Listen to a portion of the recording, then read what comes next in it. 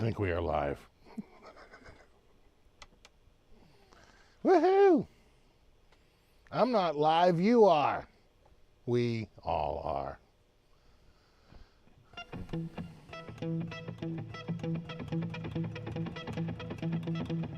What's up, Retro Puffer? Ferd, Gary, Papa Blue, Symmetry, Ferd again, Deanna, Matt, Kevin, Matthew, Ferd again, Electro Omega. We got Terry 3G, Strat CPO, Mike Jones, Zach H, Jim's, Thunder Falcon, Ian's, Guitar Shack, Cooch 13, Christopher, Tactical, Symmetry again, The Shape, Justin Sherman, Matt Dummett, Gary Davlin again. We got Fretless Ed, Yeti Matzi, Christy, Ben Coombs, and of course, Retro Puffer and Scott Ferguson, Terry 3G, and Ben and Mike. I'm out of breath from naming all these names. This is a very difficult job. You got Chris, you got Thomas V, you got Ferd again, you got Rico B, you got Amped Wales, Tony Howe. What's up, Tony? You got Guitar 1952, got Speaker. What's up, dude? Matthew, Darren, Ferd again. We got Hip Metalworks, VTech 66, Ben Allmark, Sean McCartney, Zoodlers, Ferd again. We got Brian from Oregon. We got Ferd again. We got Papa Blue. There's Ferd. And then Guitar 52, Yeti Matsi, Cooch 13, Jeffrey White, FJB, Rico B, Retro Papa. It's Ferd again. And so on. I think that covers the gist of it.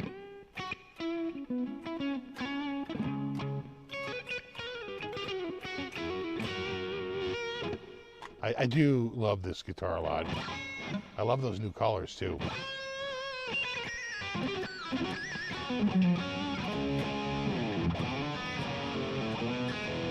I know I'm gonna need some oxygen.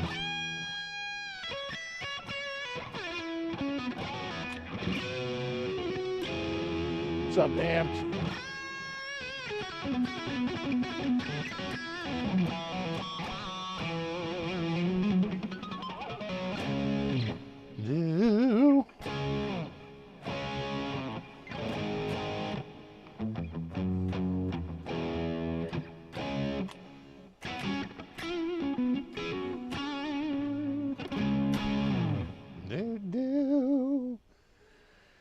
Yeah, it's been it's raining. It's raining again. Back to the. We had a couple of dry days, and I got the steps done.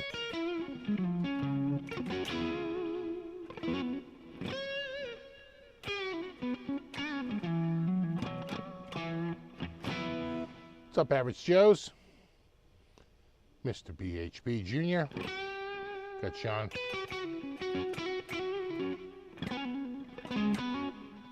Amazing guitar guy. Quentin.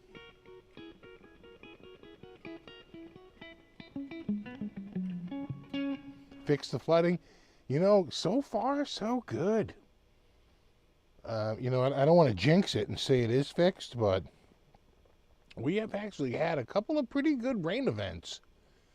Now, some places because of the nature of the thunderstorms, they're sort of localized, and I don't think we got like the big numbers, you know.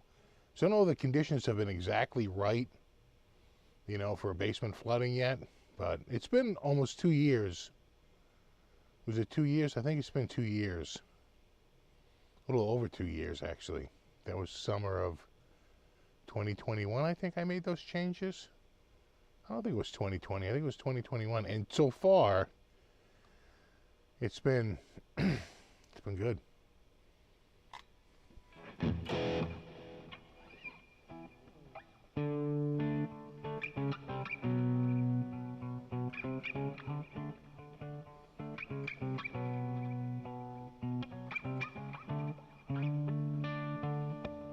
The green telly with finishes. They're very inexpensive guitars too. It's like $350.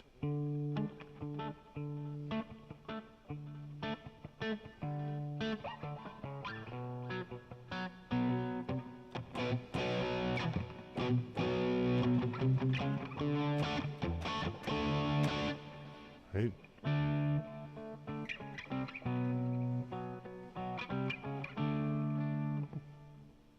It's the same, but different.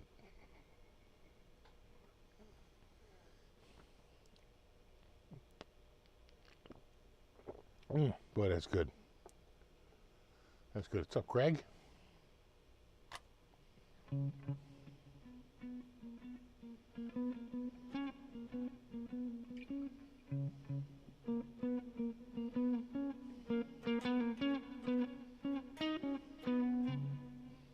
Yeah, Cameron his playing is amazing. I remember when he was just a punk little kid, and now he's, well, a punk adult, but no. I think he would laugh at that. It's a, I remember from a long time ago. Seriously, I probably subscribed to him. I feel like 10 years ago, or 8 years ago. It's been a while.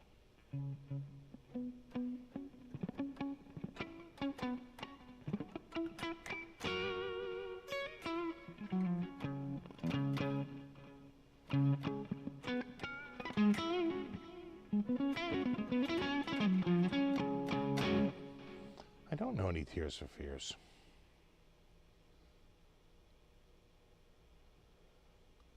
Have a lot of old gear over the years. Well, should I dump it or have it? Whatever resurgence? It's hard to say.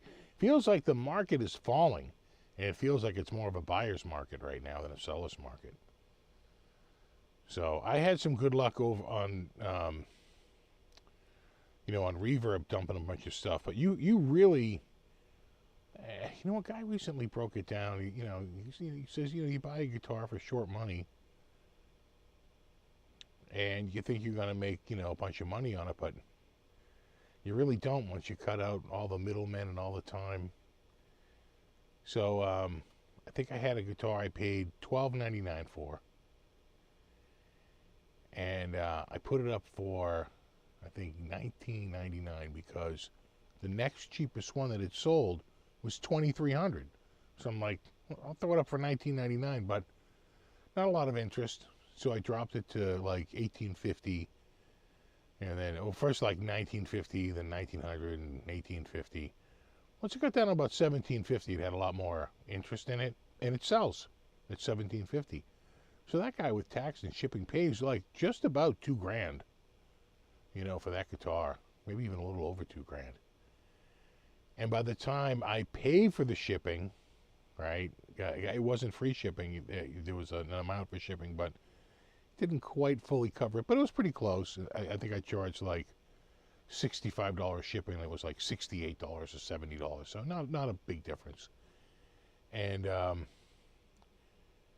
everything, it worked out that what I had paid for the guitar, which I want to say was $13.99. It wasn't $12, $13.99,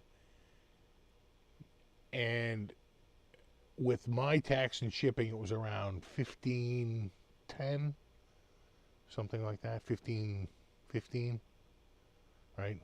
Low 15s. And after they took all the money out of this sale for $17.50, my net was like $15.90. So, right? So it just gets completely eaten up with shipping and taxes. Like the money that goes out in those transactions is insane, compared to like if it was just me selling it over. But that's the other problem. When you sell things over like Craigslist or Facebook Marketplace, people want to pay cash. Those aren't big ticket items. People don't have that kind of cash laying around. They want to throw it on a charge card. So you get much bigger numbers by selling on Reverb than you do, Craigslist. And although I have done okay on Craigslist, I had this old, it wasn't Panama, it was a what was it? It was a Positive Grid bias head that they had sent me, and I never really used it. And those things go for like $1,200, like $1,000 all day. And I was lucky to get like $650 for it on Craigslist. But the dude he showed up, shelled out the cash. I was pretty happy about it, but you got to take that kind of beating, you know. Same with that Chapman 7-string.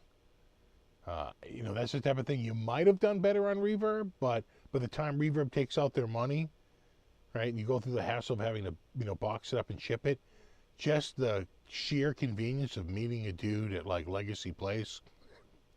Yeah, I'll meet you down by the Shake Shack, on the bench in front of the Shake Shack, right?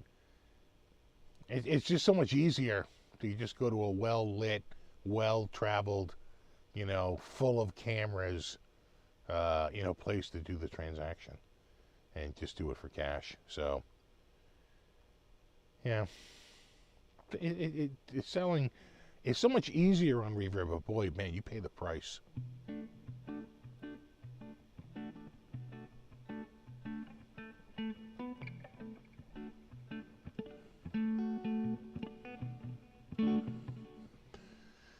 Tony says he's paid for stuff on Facebook Marketplace via bank account details. Usually pay cash. Interesting, yeah. Yeah, you'd have to trust your bank account details to Facebook, but I feel like every transaction we've done through Facebook, it's usually like yard sale style, right? An old bike, you know, for $30. You know, an old, we had some chairs, and like a rug. You know, that's the kind of crap that goes on Facebook Marketplace. Oh my God, that is good. Oh my God. So, just to warn you, you know how I turn off mid-roll ads, right? In fact, there's a giant $sign with a little plus sign on it for me to run an ad right now. Like, you could run an ad right now, because I turn off automatic mid-roll ads. And I only make manual, right? And I never insert them. Christmas is when we run. It's our adpocalypse. It's our Christmas ad spectacular. I have heard, not confirmed, but the rumor is that they're going to take that away from us. That you can't choose manual any longer. That YouTube will simply decide they want to push people into premium, maybe. I don't know what their deal is, but the word is that they're gonna, which sucks, because that means some people are gonna fall behind as the ad runs. Because what are they gonna do? They're gonna delay the show? No, the show's gonna go on for some people who either have premium or an ad blocker, or the ad is outside of their market, and other people are gonna get an ad and be delayed by like 30 seconds. It's really annoying. I hope they don't do that. But I've heard, the rumor is that they're going to launch it in November. So I don't know. I don't know if that's true. If it's true, then I apologize up front, but it's beyond my control.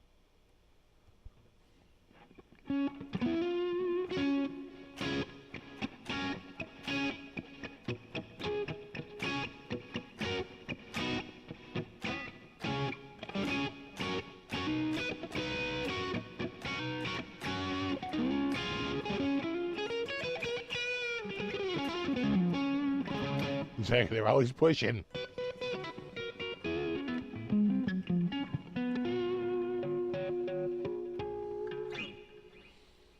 Yeah, I heard that they're going to stop allowing, so right now I can choose whether I can have skippable and unskippable ads, and I just check off skippable, and I uncheck unskippable. I just uncheck the stuff I don't like. I don't like unskippable ads, and I don't like, you know, but they tell me that that's how it works, but I can't confirm.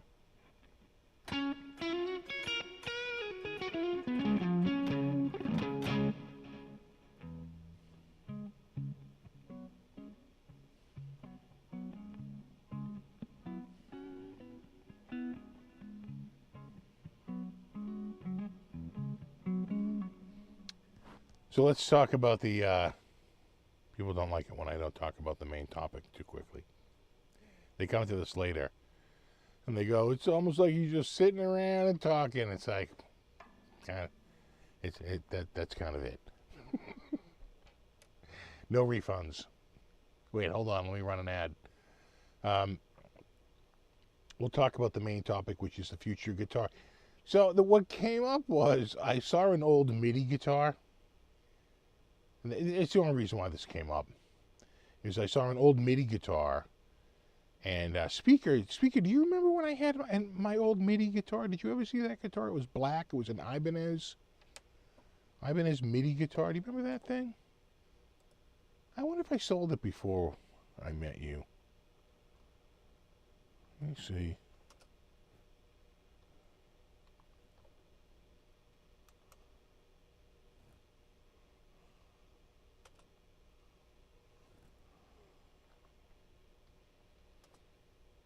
Yeah, there it is. Yeah, that's it. Hello. There it is. Booyah. Remember that? I remember your black guy with his MIDI. Yeah, of course, yeah. Yeah. So, when this came out, Alan, everyone's all Alan Holdsworth, and I'm like, oh yeah, I'm going to get myself a MIDI guitar. Of course, the tracking sucked. As I understand it, though, I could have plugged this into modern tech. In other words, the hexaphonic pickup hasn't really changed in 40 years. But the tech on the other end of it has, in a major way. Processing is so much faster now than the process. So when I had this, pretty much anything below the 12th fret didn't really work too well. The latency was like crazy because it determines the note based on the frequency cycle. So you had to be above a certain frequency cycle for it to have any sort of low latency, right? Because you had to have it had to sample X amount of cycles before it knew what friggin' note it was and then trigger it via MIDI. Okay, so but now they're so good. They get it so quickly. The tracking is like night and day. But when I had this guitar, I think back then I was like, oh my God.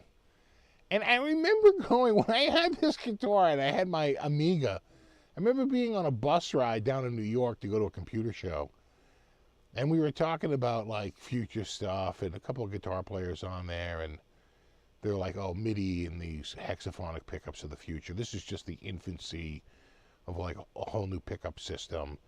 And, and they were talking about computers. They were literally talking a roadmap up to like 10 gigahertz. We're like 25 years later.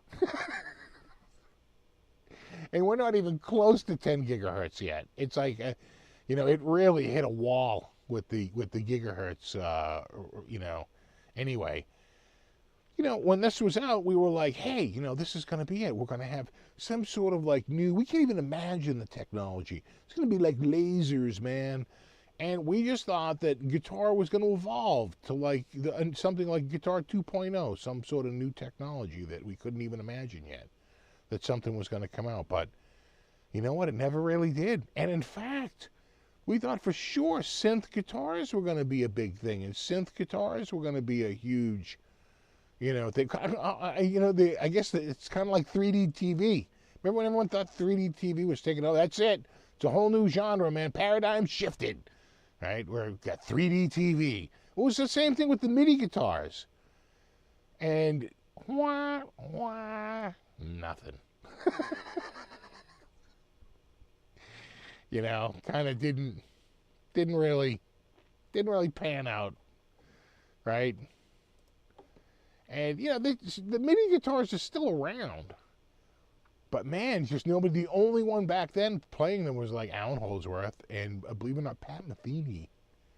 Pat Metheny was really quite the synth player. But 3D 3D TV, everyone was talking about it was going to be the next big thing, and I kind of poo-pooed it at the time because people don't want to wear crap on their face, to make the effect. The effect has to be with just your eyeballs, right? If you have to wear something and it's got to be charged, and there's all kinds of problems with it, and gave some people headaches, I said, this is going nowhere. And it didn't really, it's kind of a spectacle for the theater, right? If you're really, right, that's the appropriate place for it. But just general TV, you're gonna watch the friggin' 6 o'clock news in friggin' 3D. It's not gonna happen. That's your answer to everything. It's not gonna happen. Not with that attitude.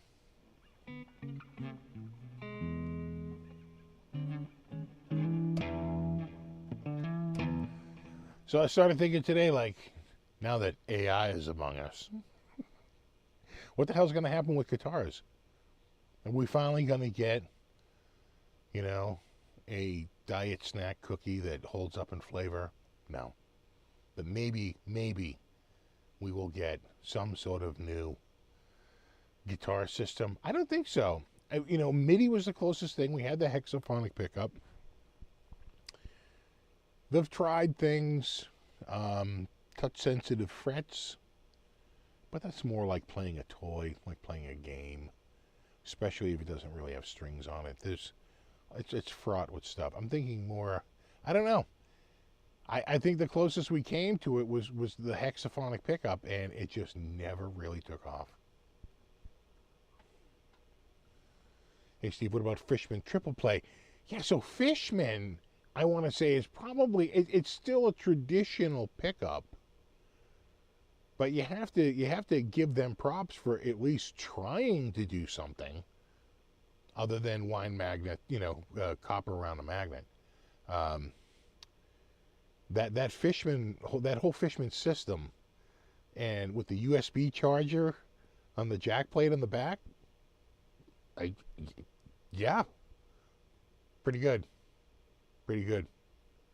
Still traditional breaking of a magnetic field, but just more versatile, right? Because of the way it handles the signal processing, and because, like a lot of those, the magnetic field isn't that great. That's how EMG works, right? It's a very low magnetic field, and it has to be boosted with a preamp. Remember Laserdisc? I still have a whole shelf full of them. 3 different types of friggin' Star Wars. 3 different covers. Same movie. But this one has a better soundtrack. But this one was mastered off of this copy they found in Manila. It was in a box. I didn't even know it was there.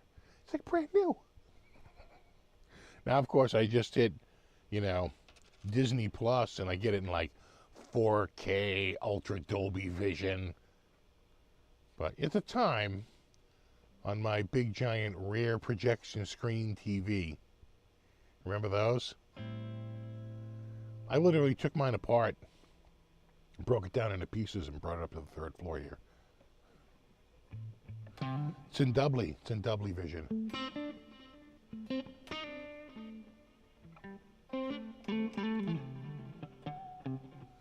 I still have a projector in the attic? I do. Epson is what I got now. Epson Home Cinema.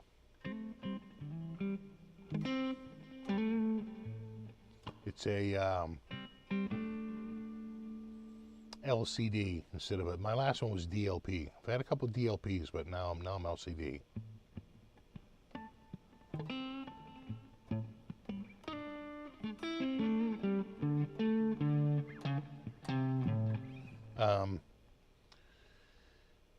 Laser is the new light source that they're all touting. And they have DLPs that are so fast now that they can do pixel shifting. So in other words, they can shift a 1080 screen, right? Here, and here, so fast that you see it as a 4K screen. Because your pea little brain can't handle it. Looks good to me. It's like literally moving 4 separate images, 4 different pixel sets, so fast. It's crazy. It's just a 1080p, and they just micro shift those pixels on the screen, and suddenly 4K.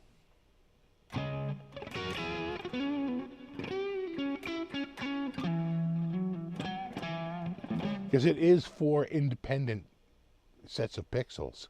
You don't lose any data. The data just stays in the phosphorus of your brain.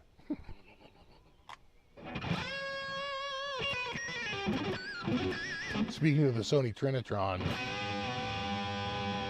that's what we had. My dad had a Trinitron with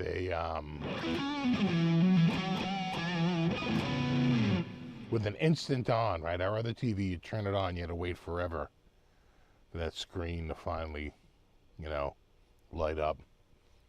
But the Sony, you turn it on and boom, it was instant.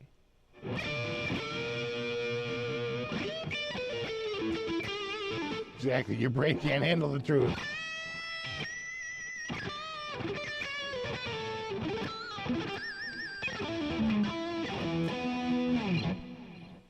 Yeah, TV is better than your vision in real life. In fact, there's a formula for that, right? Because your eye can only make out so much detail.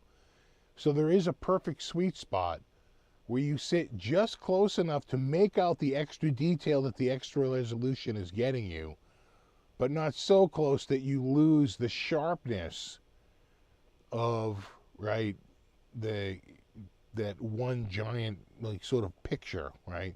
So that if you get too close, then eventually you start to see the pixels. And so there is a sweet spot.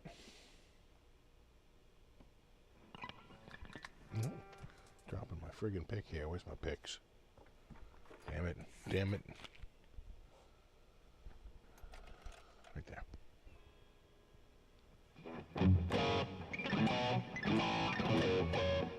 My grandma had a VCR with a wired remote. So did I. Yeah, we had VCRs with wired remotes.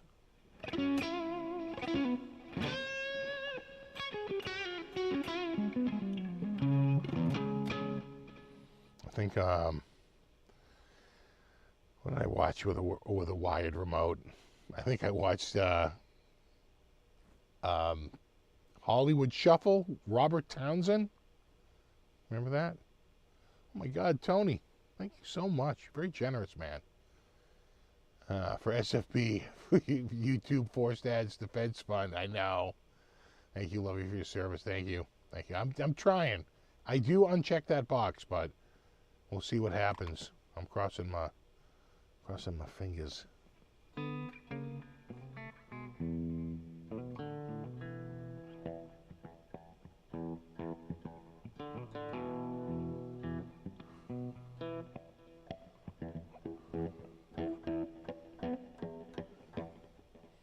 This guitar here, that is an Eart. Eart? Earty? E-Art? It's something.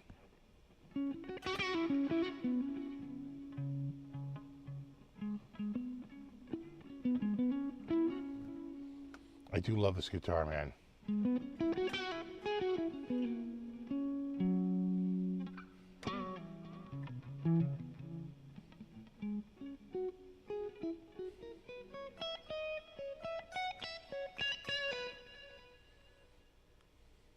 Yeah, Retro Puffer has it right, the 380T. You want OLED, but the price is too steep. You know what, dude? I know what you're saying. OLED does look good. OLED also suffers from burn-in, and the tests I've seen are pretty brutal. They leave something on the screen for like hours every day, and boy, it does burn in. Like, it insanely burns in. But the IPS, nothing. And the VA, nothing. The vertical alignment. And VA, if you're looking at it dead on, boy, the contrast is hard to beat, especially if it has micro LED zones, right? My TV has 536 zones. That's not quite OLED level, but the new one has like 1,072 zones, exactly twice as many. And that is kind of OLED quality, but it's a VA panel, so you don't get the burn-in. As long as you're just using it for limited stuff, but I watch a lot of stuff that sometimes, like sports, they have a constant chyron, they have a constant overlay. And especially a hockey game where there's very few breaks, I do worry about like burning on an OLED, you know, versus like a VA display. If you're mainly watching movies, it'll probably never be an issue because the content doesn't stay on the screen for long enough to cause burn-in. I opened the window for them.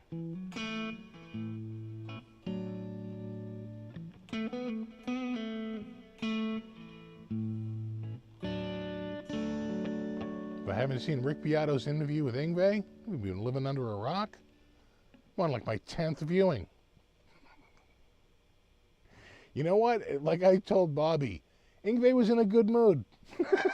That goes a long way. Goes a long way.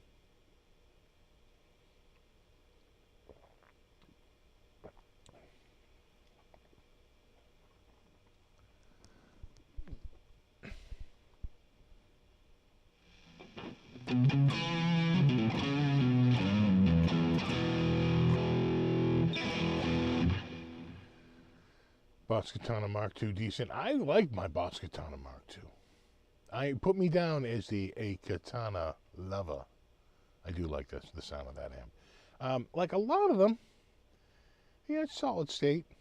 So you're not going to get the greatest, you know, super loud sound. I think solid state amps sound worse the louder you turn them up. Whereas tube amps, they sound better the louder you turn them up. So if you're going to be, you know, like I said, my friend of mine played a Quilter. And my God, it sounded so good. He had a little clean Quilter with a little pedal board, and they had it mic'd up, and my God, did that thing sound good. He had that little pedal board sounded freaking amazing. And we went to afterwards, like, what the hell was that? He goes, it's Quilter, man. It just sounds so freaking good. So, you know, if you're in like that situation, but I think if you really want to crank it up and you're not mic'd and you're trying to compete with a drummer, you know, I almost feel like you might have to get the artist one to get the really good speaker. You know, one that can, when at louder volumes, doesn't, you know, like all of them, they get a little harsh when you get too loud. Little bit. No, little bit. Little bit.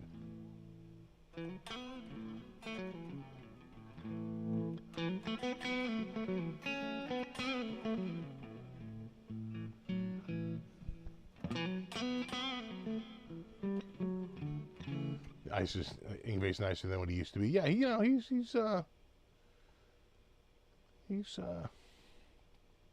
getting older.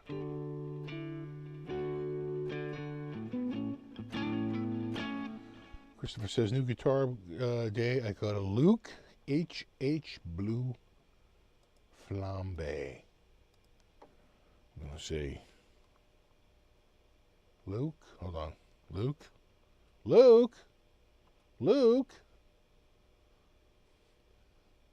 was going to go out to the power station. What a whiny bitch he is in the first part of that movie. Luke. All right, where was that? Luke, 4HH Blue. 4HH. Just put blue. There we go. Oh, yeah.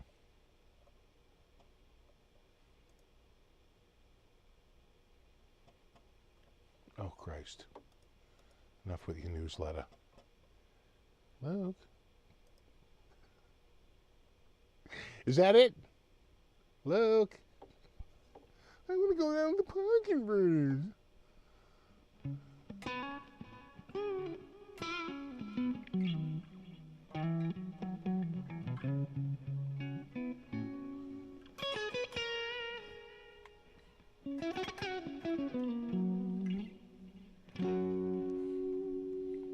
That's in coil tape mode.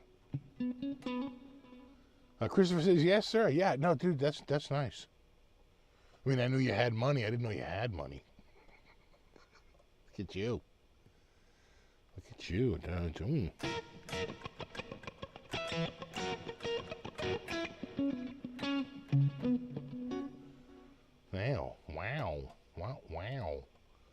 Gotta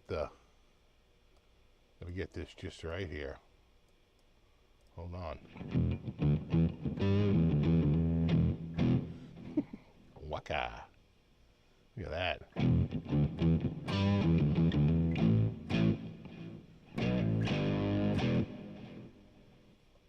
Oh yeah, Luke 4.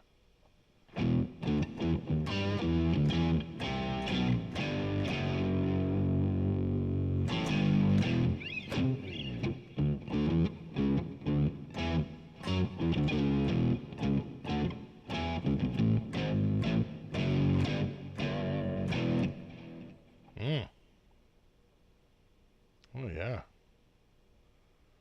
They say, how much more blue could that be? And the answer is none. None more blue. Got your shallows. Oh yeah. Oh, that's nice. We got a Luke maple top. It's bodywood is okume with a flame maple top. High gloss poly. Music Man floating bridge, 25.5-inch scale, a 12-inch radius, 22 low profile wide nickel frets with a figured roasted maple neck, rosewood fretboard, and white corian 1/8-inch dots. Gunstock oil and hand rubbed special wax blend neck finish. Nice. Schaller M6 independent locking. 5-bolt sculpted neck joint. Acrylic resin coated body cavity. It's got it all. What else could you want?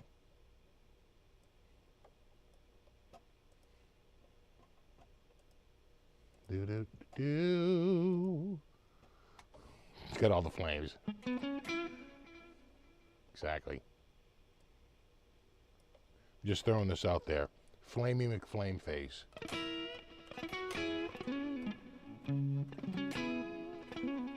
It's a gorgeous guitar. It always, you know, I've never owned a. Have I owned a Music Man? I don't think I have. I should find one. You know, it's good to have one of each, one of every brand.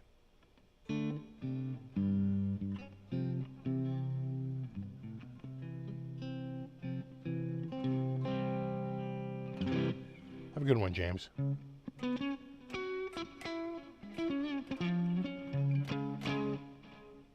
I remember interviewing Guitar World. Teen Spirit was a copied riff. I don't remember that, but I'll believe you. Ron says he has a JP15. JP15, don't play it much, yeah. Yeah, I have some guitars that, you know, quite frankly, they're just a little bit harder to get to than others. So, you know, I don't play some of my guitars just because they're, you know, they're kind of on a shelf and they're a little bit more of a pain in the ass to get to. Kind of like the Telly. Telly made a rare appearance last week. Boy, that is good.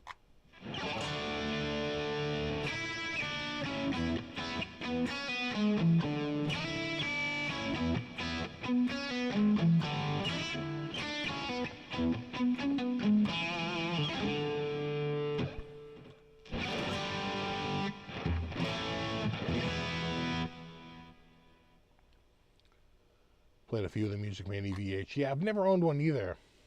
That whole Music Man EVH.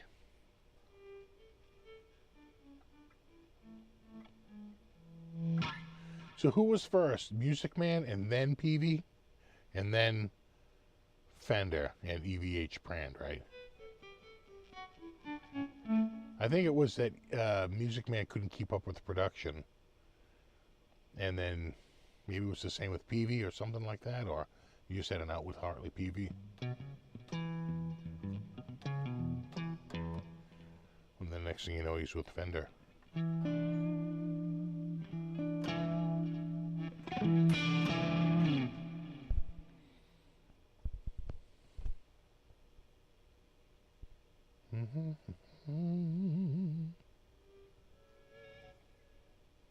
What's up, Phil?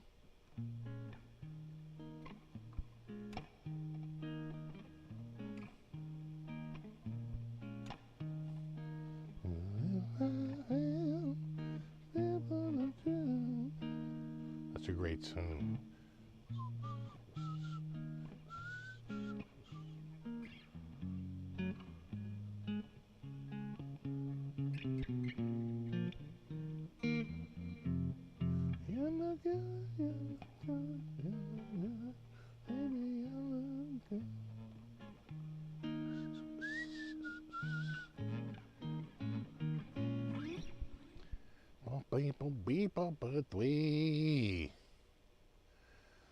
what is the kid on the thumbnail? I just went to an AI bot and said, hey, AI bot, body for short, hey body, whip up a guitar made of metal, kind of looks like a spaceship. Have it. I wanted it to be shooting lasers, but it doesn't really shoot lasers. It didn't really do. Wasn't perfect.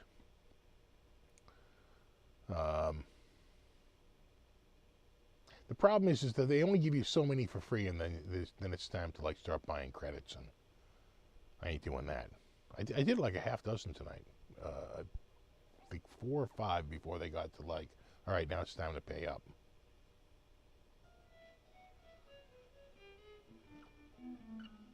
Gonna do a loadout at the Fairmont. It's gonna be wet. Yeah, is it?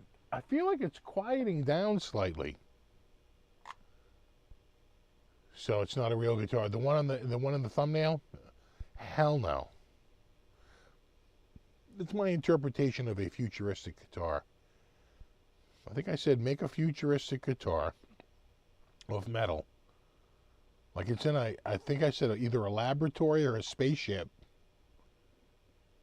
And like the more details you give it, the better it does. And lasers. I want lights and lasers. I did one that was like a galaxy. I don't think I can reach it from here. Can I reach it from here? Let me see. That I thought looked pretty good. I said like make a guitar in space, and it kind of made a guitar like with space. It's kind of hard to explain, but you sort of know it when you see it. Yeah, well, yeah.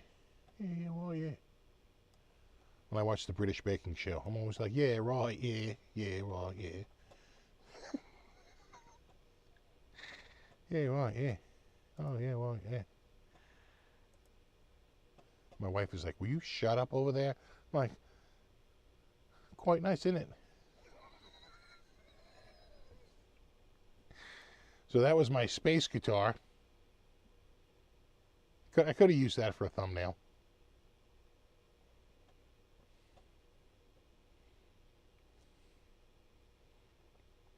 It's not ChatGPT. It's like, you know, it's like Botsy the Bot or some crap. I don't know. I don't know what it, to be honest, I really don't even remember. That's the one that actually spit out, but I didn't like it because it was reverse. I was like, what is wrong with you? So I flipped it to the old flipperooey. Space guitar AI fun. Finally, someone understands my objective here. Listen, I'm a simple man. I just need guitars with shooting frickin' laser beams. That was one of them. That was one. Could have went with that one. There are 4 nights. Never forget, man. It was that one.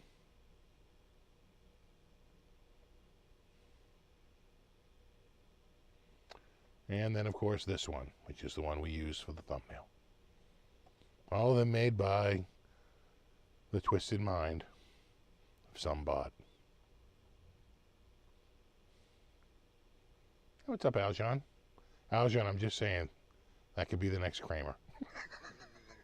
It's time to think outside the box.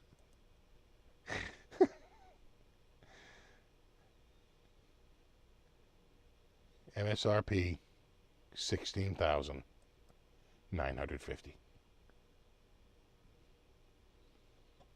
I'm just saying. Don't get cheap on me. Exactly. It's you'll make the guitar and they'll be like, no, it's supposed to be Al Kramer. You know that guy Al? You're like, oh, I thought that was AI.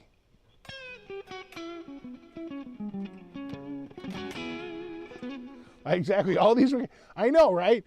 Where's the one? Right? I mean, seriously, that does look like the Hydra. No, a little bit. Nah, a little bit. The light and the metal and the other light in here. A little bit. That's the one you got to make, Alshon. Each guitar contains its own series of galaxies, lit up by an infinite webbing, simple lines weaving in an infinite mass. Each one comes with its own black hole.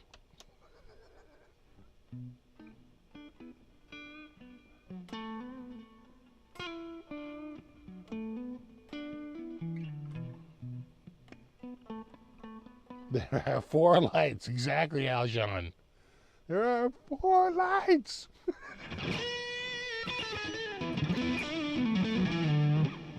Never forget.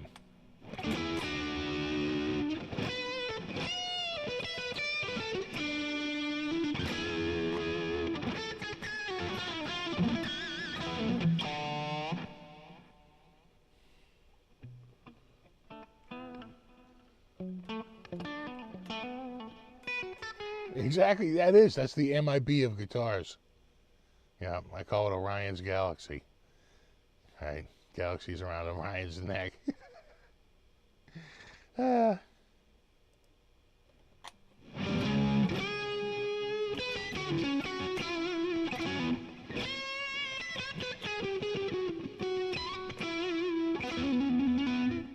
that Captain Jericho?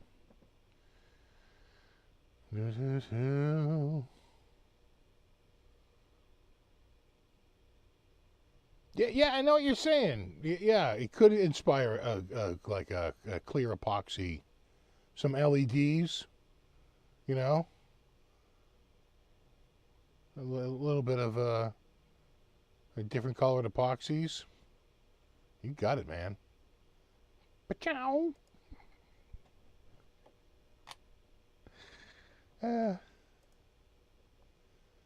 one's not bad either. You know, very steampunk. They all seem to go steampunk on me. You know what I'm saying? Big steampunk. It's probably maybe I had it set to steampunk.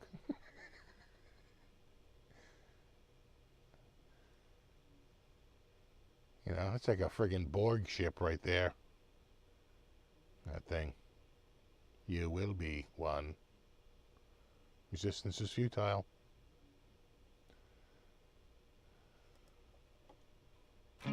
A futile maneuver.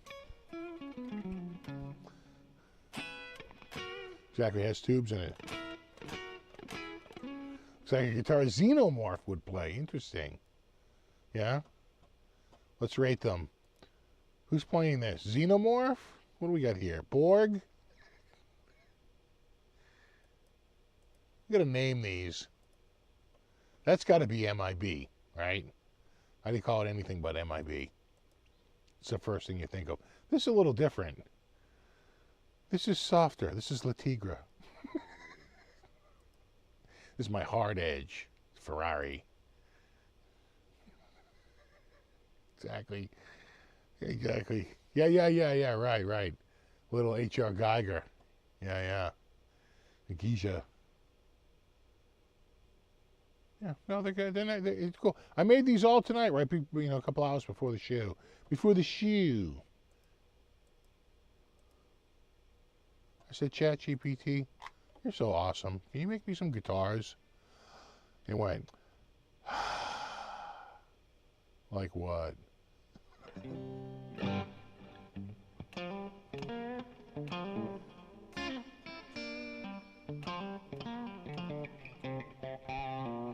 Who's endorsed more products? Billy Gibbons, Joe Walsh, or Johnny Highland? Oh, it might be Highland. Highland's up there. Joe Walsh was what? I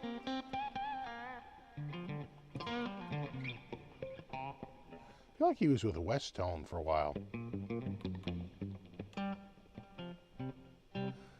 It's a new line of Carvel cakes.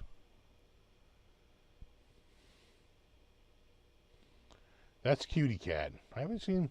Where is Buddy? I haven't seen Buddy. That's Cutie. I do have the window open, though. So there could be other cats. Could be a cat butt right there.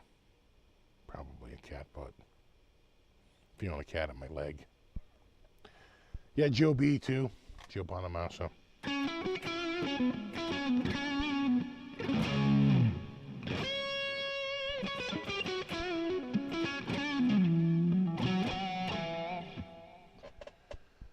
Yeah, Joe Bonamassa, the only thing I ever really wanted from Joe Bonamassa is he did a poster series with Peter Max. It was signed by Joe and by Peter. And I thought the posters were pretty cool. But they sold out so quickly I couldn't get one. They weren't very expensive either. Like $100, a couple of $100.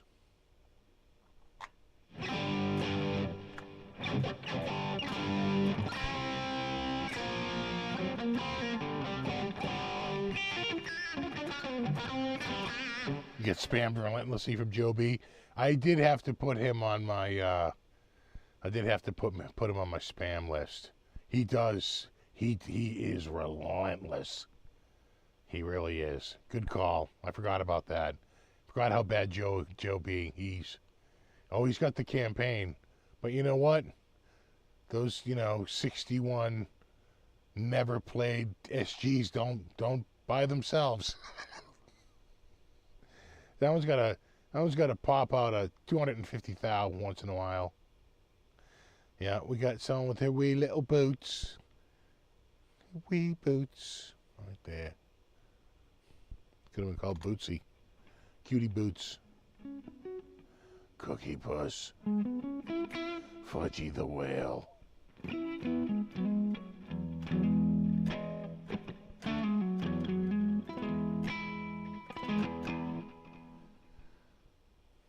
That guy. There was a guy, there was one person, I think, who used to do all the Sesame Street characters. Right? You could get a Grover cake, you could get a Big Bird, Kermit cake, Miss Piggy cake. Eventually, I think the Muppet people shut them down, at least to the extent that they could make Muppet cakes. They're like, no, those are trademarked characters.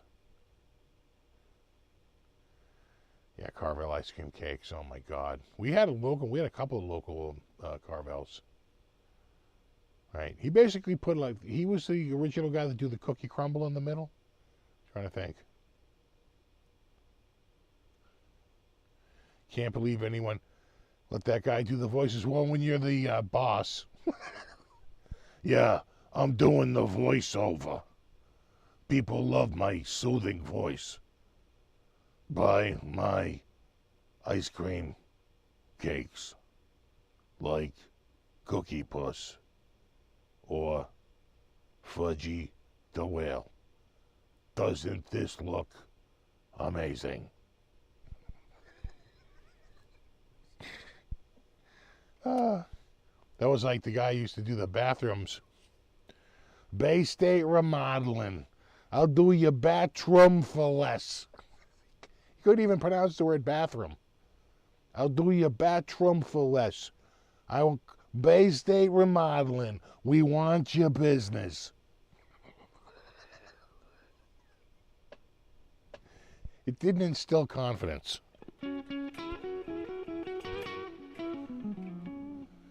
Yeah, bathroom.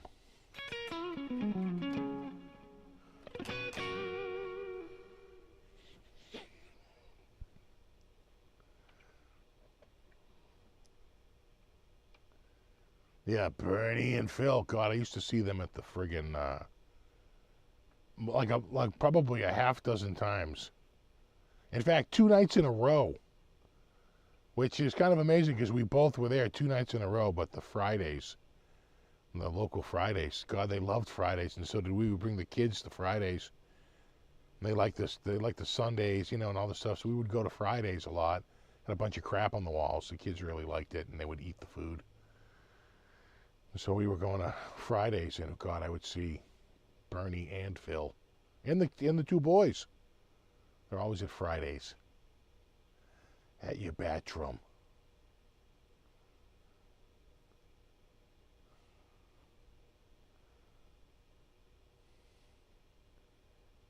Yep, I'll fix your toilet.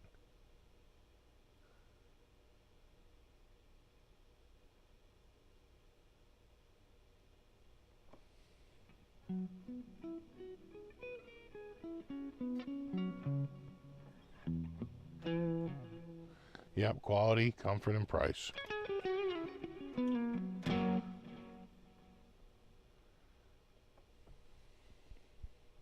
They were a small outfit. They're still going, though. Right, the boys took it over. Of course, there was,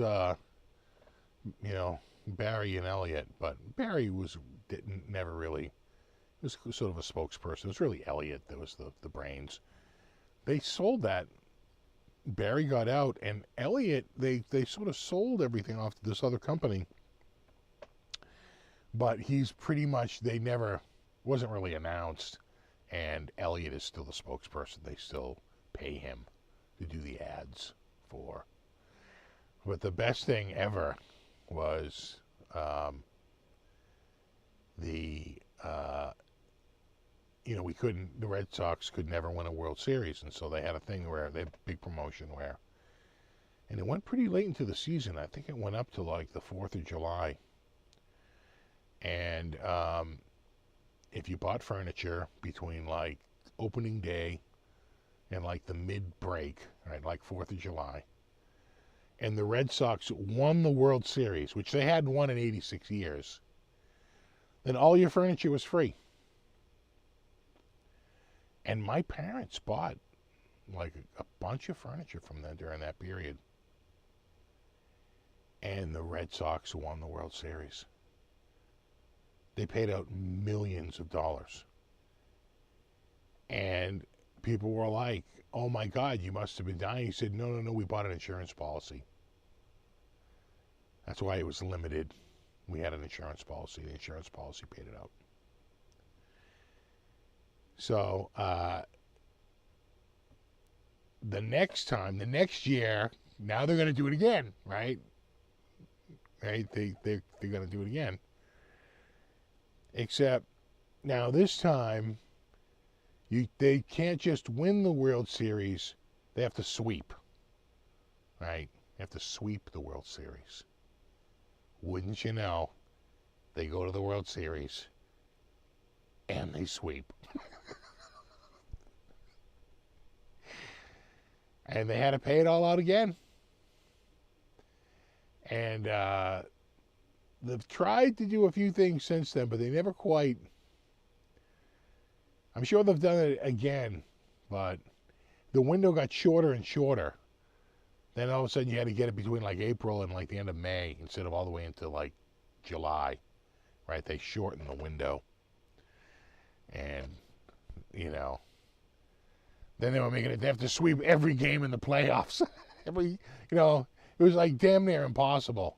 But they did pay out twice on that.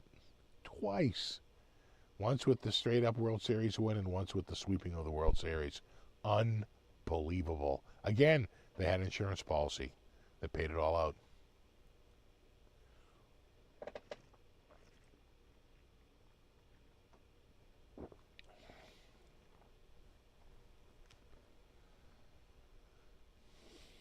Yeah, is Greenie back up for sale? I think I did hear that.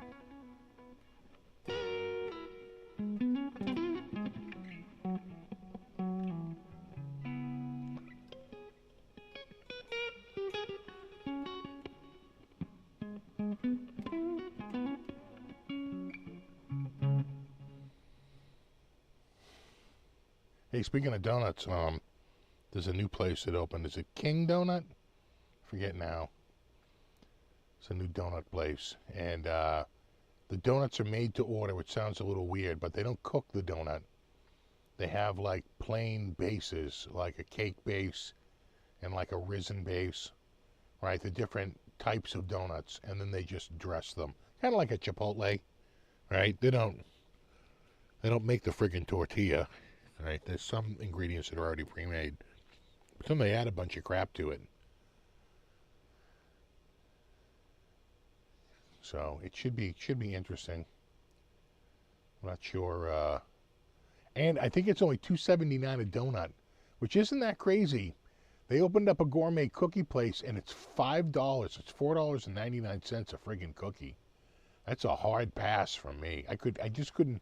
Yeah, maybe if the cookie was like this friggin' big, right? It was something you could cut up and serve, but a friggin' straight up cookie for friggin' $5? No. But under $3 for a donut. That's actually, I think that's around where Dunkin' Donuts is right now, right? Over $2.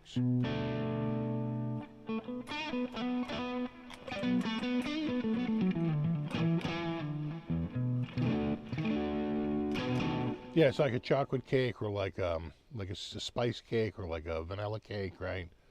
And then they do the toppings and or a glaze, right? The puff style. I think they get it.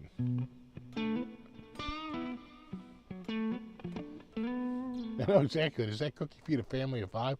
No, it's crazy because like it's not even like a dozen, and it's like $40.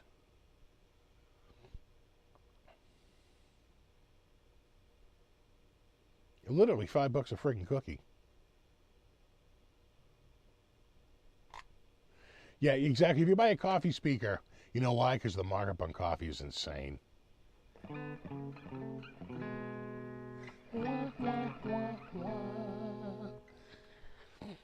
That's why. That friggin', that colored water costs very little, relatively speaking.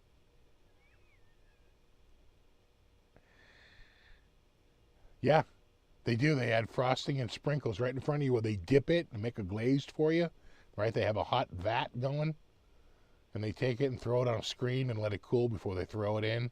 No. They got it. This is what I've heard. I have not been there yet.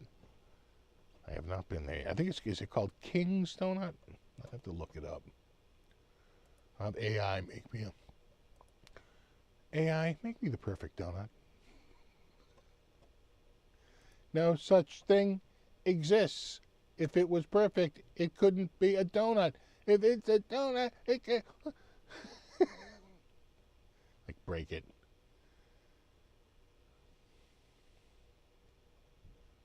Right, the Comedy Award.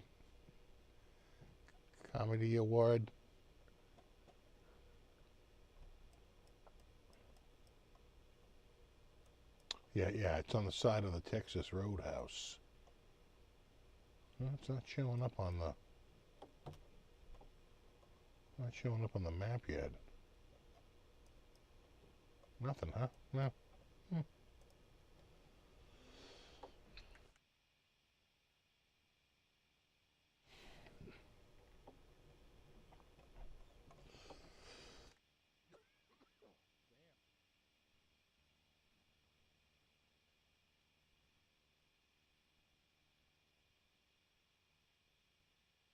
Yeah, it looks like it used to be where the either the massage place or the Interstate Battery Center was. The hair salon or the Interstate Battery or the massage parlor. It's in there now. I hope they swept. God, I can't stop coughing.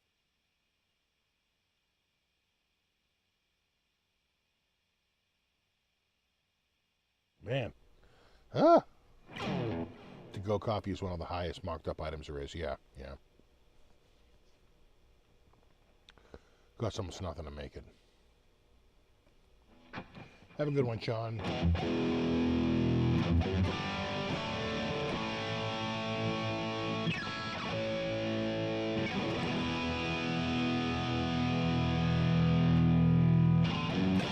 Yeah, why is there so much hair and battery acid? We're going to take that donut, we're going to dip it in battery acid, and we're going to sprinkle a little bit of hair on top of it.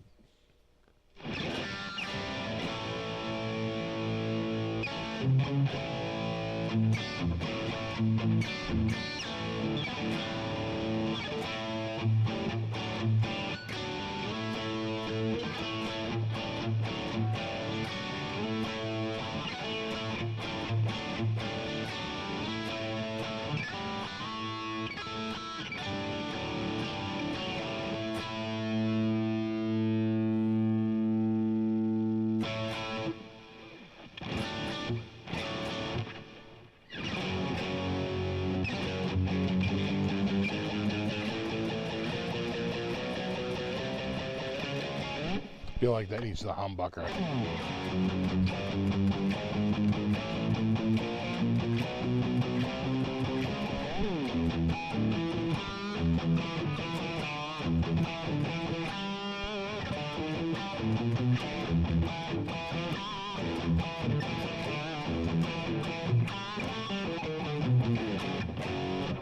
No. Yeah.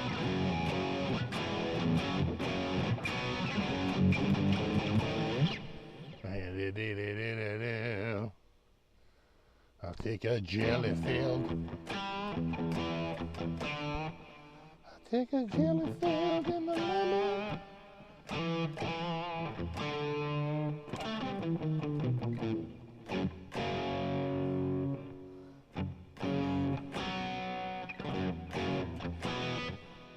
There's your donut song.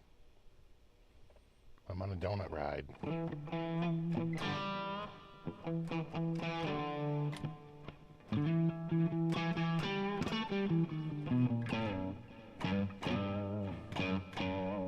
Exactly, Vola Donuts.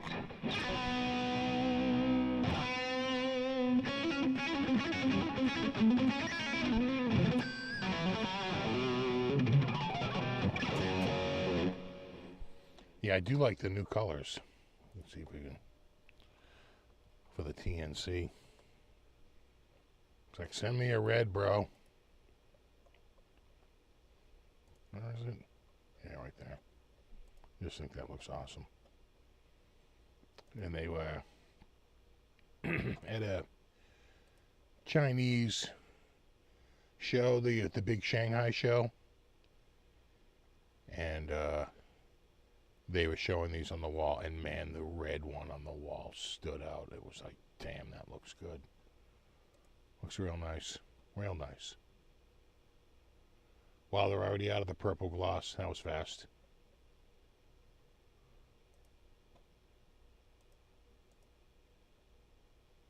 That's basically the color I have here with the blue on the edge. I like the red. I'm going red, bro.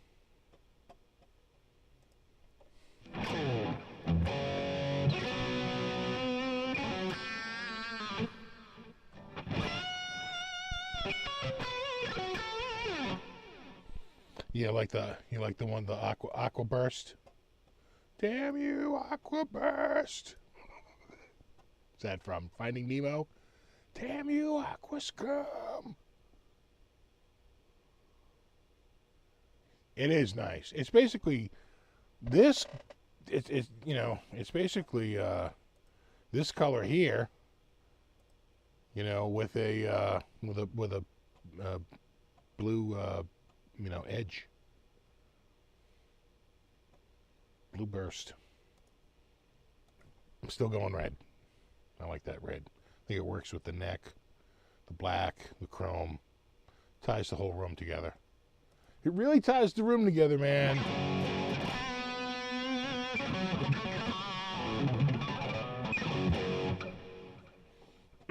The other one he was telling me about to check out was this one here, the GRM. It's a signature model. I don't really have a high-res photo of it, but if you ever see one of these like on camera in person, they look real friggin' nice. You know, but I'm still going red. What was the other one? Oh, yeah, right. The new MC series. They got the pink. They got the pink. They got the blue. But I like the Cobra. I like because it's, that's the Mustang Cobra Blue. And then every time you break it out, you got to have that scene when Homer's on the ground going, Cobras! Cobras! What's going on, Bart? Night terrors, ma'am. Cobras! Cobras!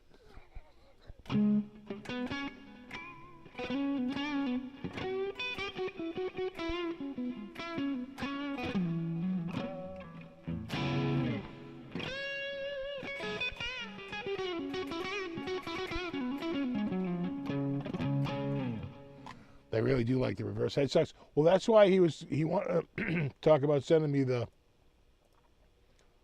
this one. Because I was like, could you send me one without a reverse headstock? And he said, yeah, but he knows I like the modern neck. He's like, most of the modern necks have reverse headstocks. He goes, one of the few ones that doesn't have a reverse headstock is the JRM. So I could either go with the CC, which he doesn't even have the Cobra Blue. That's why he's talking me out of it. Now it all makes sense. He's out of the Cobra. He's out with the regular headstock. But it's going to have the classic C shape, which is like, which isn't bad. That's what Stoner Shark is. Stoner Shark is the classic C shape. It's really not that bad. It's just a little bit bigger.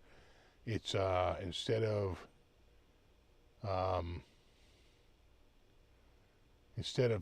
21-22, I want to say 21 millimeter at the first, 22. Is it 21-23? I think it's 21-22. Could be 21-23. Or it could be a 20-22. I think it's 20-22. 20 millimeters and 22 millimeters. And then the other one is like 22 and like 23 and a half. So definitely a little thicker.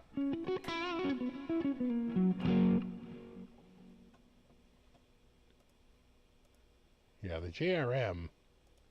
Well, the other thing is the JRM. Well, the cool thing is that he's got nice electronics. So he's got like if you notice there, in between the volume and the tone, there's a coil cut, and then up above the neck pickup, because I want to say it's either an always on for the bridge, but I think it might be an always on for the neck. So that it doesn't matter. Either one, then you can get all. You can get the combinations like neck and bridge and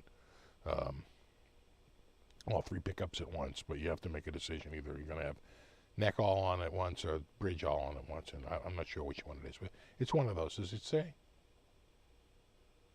Mini switch, neck pickup on. Right there, neck pickup on. There you go. Mystery solved.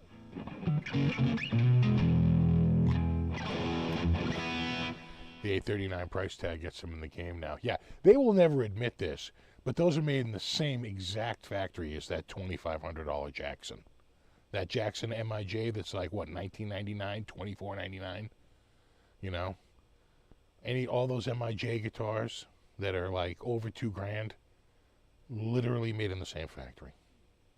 They just buy time on the line, just like Jackson does. Just like, who else does an MIJ line there? Fender, Jackson, and Charvel are all made there. So. And I've never got this confirmed, but I've heard that some of the Ibanez guitars are made there. Like maybe like some of the AZ line versus Fujigen. So.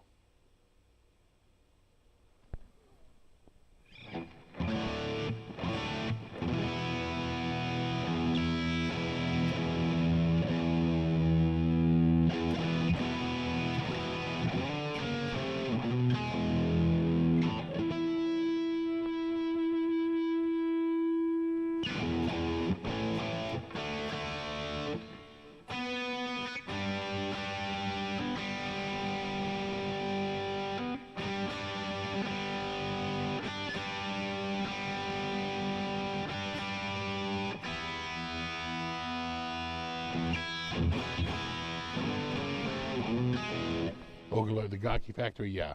Yeah, Danagaki. Which has pretty much been making the Fender stuff since they went from made in Japan to crafted in Japan. Pretty much anything that says crafted in Japan is Danagaki. And they've been Danagaki for years now. I want to say well over 10 years. I think it changed in the mid-2000s or early 2000s.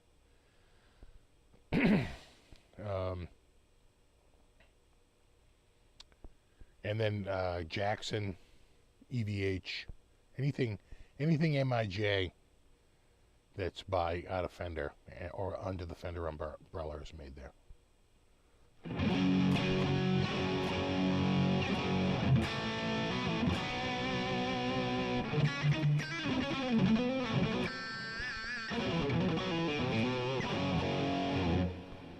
Your 2000 Kotzen is crafted in Japan, yeah. So they switched the made in Japan to crafted in Japan so that people could tell which factory made it. So basically, these Volos are made by the same place that made your Kotzen. Literally the same line. They buy time, right? They buy hours. They know what it will take and how much it's going to take to produce X amount of guitars, and they literally have to buy time on the lineup. To say retool, run a bunch of these guitars, then they switch to a different brand, they retool everything. It's so big for them to retool and to switch. It's got to be done in like well ordered like batches that have been on order for a while. You know what I'm saying? It's like it's like anything. Production's hard.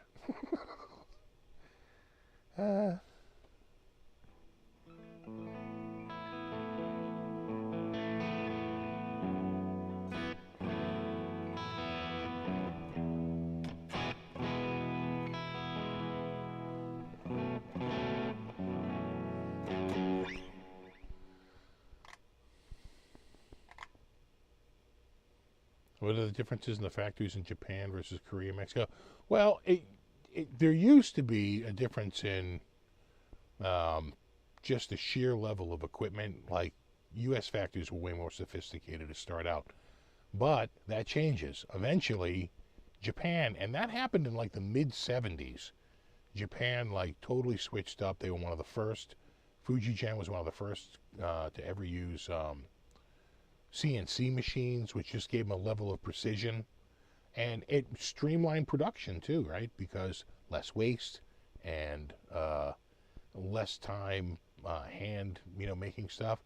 So, they sort of get their bona fides down, and then after that, it's sort of, you have a whole bunch of what I would call. So I would say your A group is going to be like, the U.S., Japan, and like Germany, like pretty much top. I'd say your next tier down from there is going to be like Korea, Mexico, and Indonesia. But Indonesia has been kicking ass lately. I want to say that's Court. So Korea can be either Samick or World Music. There's a whole bunch of different makers out there, but not that many, right? But there's still really, really good stuff. The main difference between a lot of them, like Fender, has to differentiate by, maybe making the hardware not quite as nice on the Mexican stuff. You know what I'm saying? Not quite the same level of detail, but anyone out there who's owned a Mexican, made Fender, like I have had several, knows that they're great guitars. It's just my Squire Classic Vibe, made in China. Amazing guitar, But I could say that if you took the bridge off and you held it next to like the bridge that came off of like my American, standard Strat, it would be noticeably nicer. The American one, it would be thicker, it would be a little heavier, it would feel a little bit more polished and machined and just better all around, right? So, but the bottom line is that it used to be that, it took to about $250, maybe $300 to get to a decent guitar. And to some degree that still holds true today. The difference is that, $250 used to be a week's pay, in the 80s. So a huge, huge difference in just purchasing power. And that's the advent of things like CNC machines. Just they're down to like, where metal was 20 years ago, right? Like literally thousandths of an inch. Where metal's probably at like 10 thousandths of an inch. Even 100 thousandths of an inch when they have to be really precise.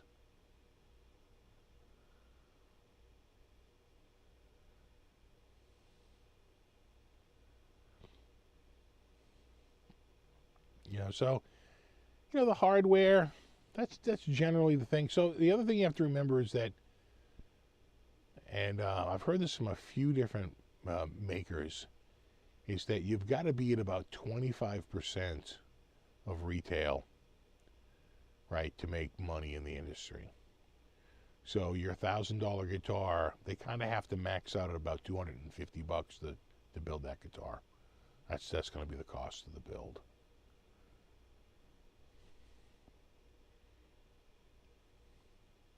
Yeah, exactly, microns.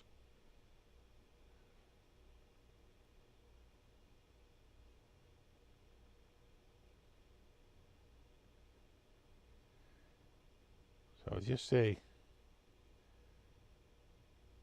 an advance in technology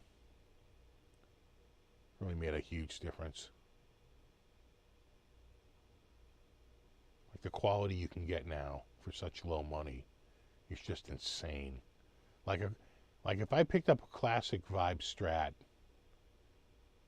the equivalent of, let me just do, because you can do reverse inflation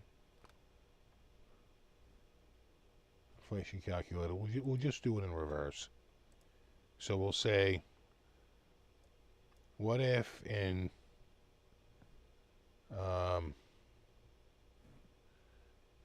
2023 something cost, let's do $250. Then in, let's say, 1985, that would be about $87. Right? Let's bring it up, because what's the retail on a classic Vibe? It's $400, right? Let's call it $400.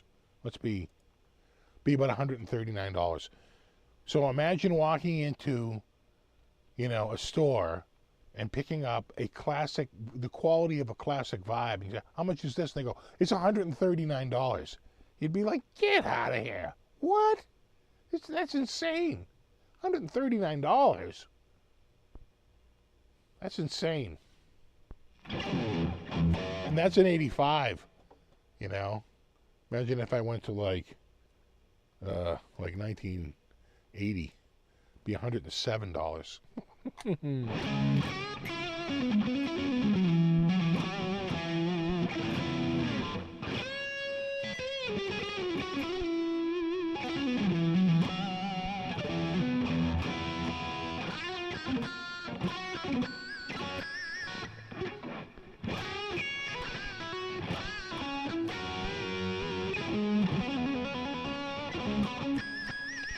Exactly.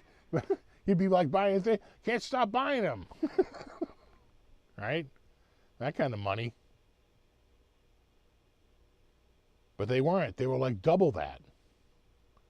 So I'm saying, it's like guitars, it seems like prices have gone up, but in a very real sense, prices have kind of gone down. Because you can still get a pretty decent guitar for under $500. And in fact, I was looking at, because they're doing 10% off any guitar, $4.99 and up at Guitar Center used. So they had a couple of guitars that were, looked pretty good. EVH or whatever, instead of mine with the regular maple neck, it had a roasted maple neck. $4.99 would be about $4.50 with the discount. Squires were junk in the early 90s, but not in the mid 80s. Squires that were made by Fujifilm were friggin' amazing. We're all running out and buying them and throwing EMGs in them. Goto tuners, EMGs, God, they were nice. But then they went to, the worst was India. God, we got those in. I remember my boss was like, Jesus, this is like a new low, huh? He's like, these necks are like baseball bats. You know, and they had that striping, you know, that real bad wood has, like this big open grain, right? This like vertical, oh my God, it was so bad. And they quickly, those went away. And then they tried Mexico for a while, but those were garbage too. They were real bad. They were just, you know, growing pains. It really wasn't until they finally settled on, quite frankly, the Chinese and Indonesian and Korean factories. But even some of the Korean years were total plywood bodies. They absolutely had plywood bodies. And very heavy because of all the glue in the body.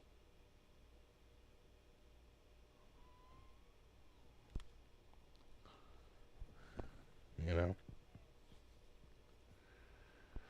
I remember my bro bought a new Japanese Fender Squier jazz bass back in '82. It was around $4.99, you know? Yeah, still half the price of a new USA. I remember that we had him in and a guy was like, oh, this is nice, nice guitar. What does it mean, USA pickups? And then he found out it was made in Japan. I thought he was going to smash it. What? Ah! No. God, the guy was having a conniption. Like, all right, calm down there. Very angry that guitar was made in. I remember that guitar is like worth some money now. That was a what was that first year? The V series. What was it? Was that very first year? That '82 series. Those were the friggin' best. JV.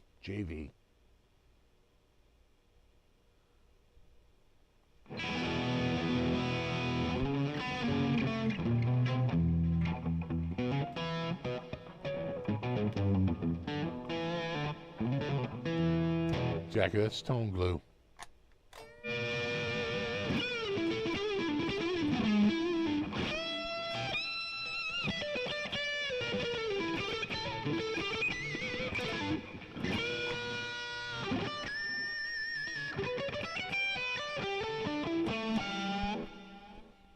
All right, you guys want an update on the front steps? We will recap all this. Let's do a remember where it was and how bad it was. We'll do a little slideshow. You ready for a slideshow? We slideshow in this.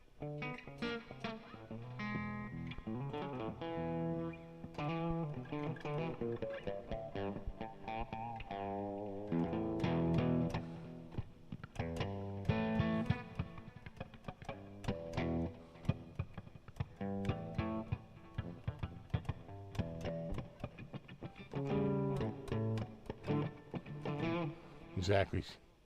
Step stock. All right, here we go.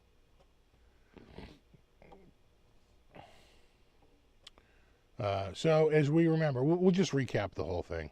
So go this way? Yeah, that's at the start. So if you remember, this is what my crappy steps look like. Falling apart. He wisely used regular nails instead of galvanized nails so that those beautiful rustic rust spots could shine through and let the world know, yeah, I could have bought the galvanized, but it was 50 cents more and I ain't got that kind of cash. So it was like, this guy was making me mental. So, you know, we had a run, but it was time to get rid of them. And there they are. There's my crappy old steps. Oh, we hardly knew ye. Again, all the friggin' horrible stuff. And you can see there's room here for these joists to go in, but he's like, nah, I'll just go near it. I'll just leave these sticking out in front. You know, I'll just leave it like that. And I was like, for the longest time, I was like, are those drain holes? And I was like, oh no, wait, those are the joists. Oh my God, those are for the stringers. What the frick? You call yourself a carpenter? So I start to pull it apart, and of course, it doesn't disappoint. It's a billion times worse, 100 billion trillion times worse than you could possibly imagine, including the cedar stump holding my friggin' house up. So I finally clear it out, rake everything out, start pulling the joists out. I mean, some say they're rotted, others say, well, they're rotted. But, you know, I say they had a few years left in them. Actually, this screw is so deep. It is deep down. I started using screws that were like, you know, 8 inches long to get down past the rotted area and into some decent material. But it was time for these to go. And I was using my Suzanne Japanese pull saw. Once you go Japanese pull saw, there's no going back. I also filled the rotted wood with a special wood restorer. I can tell you it totally worked, because when I finally started to nail, and you can see how square my corners are because of that amazing pull saw, right? Look at that.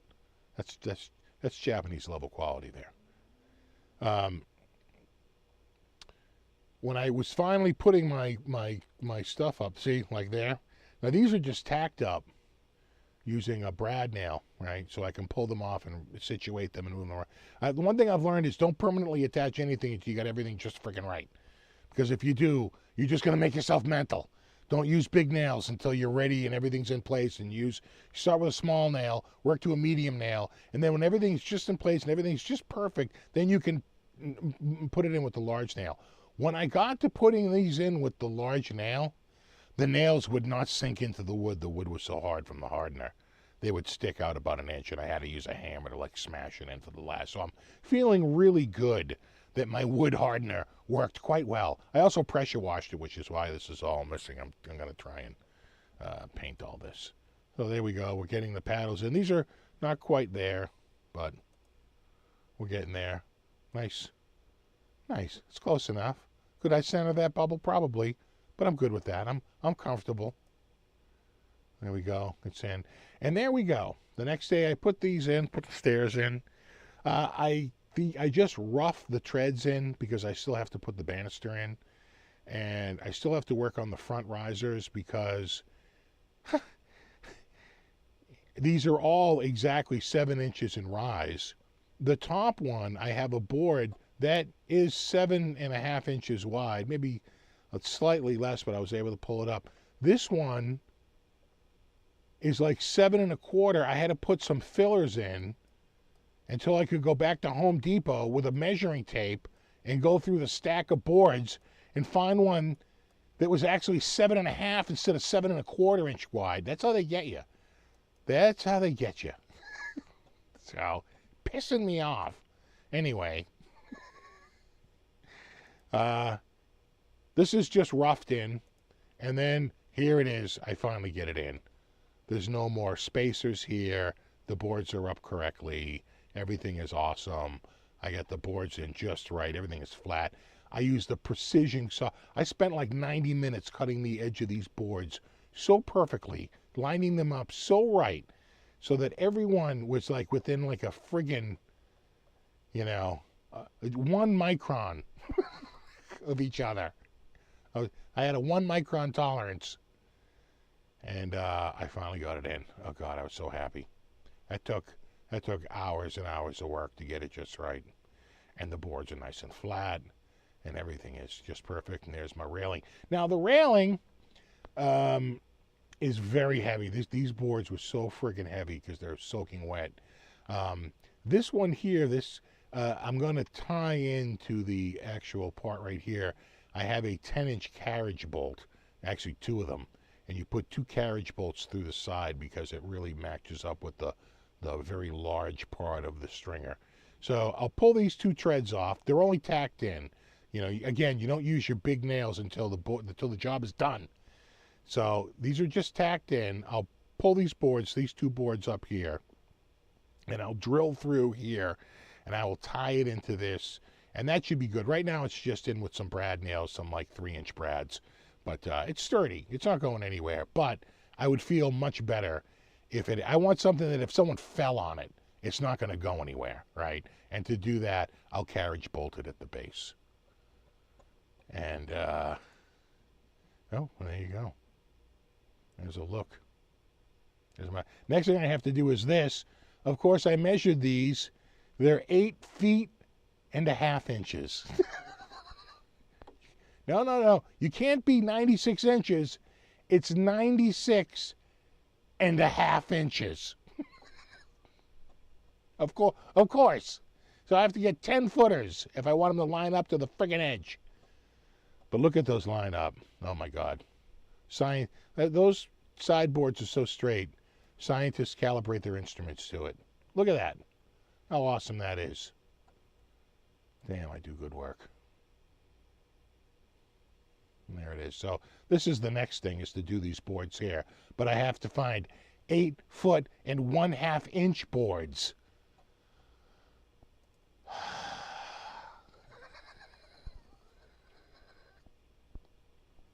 I wish I was making that up, but I'm not. I measured it like a half dozen times. That can't be right. These have to be 8-foot boards. Nope. 8 foot, 1/2 inch. I measured it like 3 different ways. I'm like, no, this can't be right. No, it is. It's 96.5 inches. Because of course it is.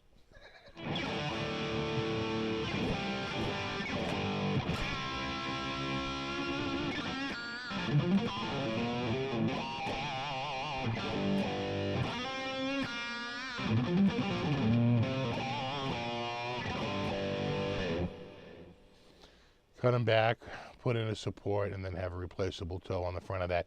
I say you should cut it back to the next joist. I worry about a split in the middle of the run. I know what you're saying. I could cut it back or cut the whole thing back. You can't because it lines up. The reason why you can't cut it back is because it lines up with the front of the house right there. Right? So if you cut it back, it's not gonna be right. And there's the board. It's got to go over this board right here. It's a colossal pain in the ass. Right? 8 foot is to like right here. Right about here. So, and some of these boards are underneath here. I can't even pull them out. A big pain in the ass. Again.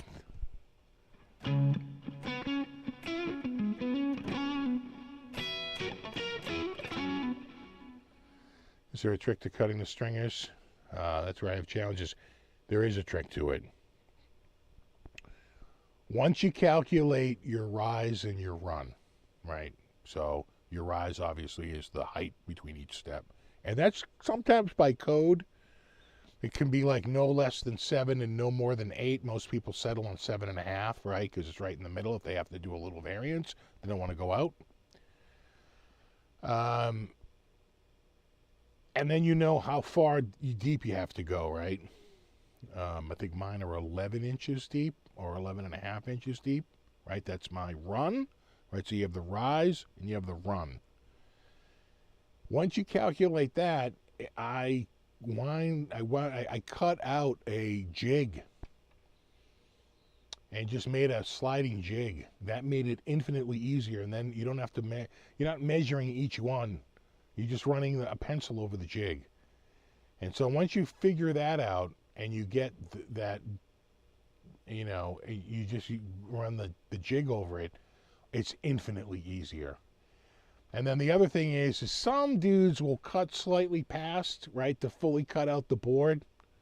I don't like that. I think it leaves marks in, and I think it weakens the board because you've got a slit past the back, past the corner, right? Where am I saying? Like, I'll show you here. Like, let me see. I had one on I had it on its side. Yeah.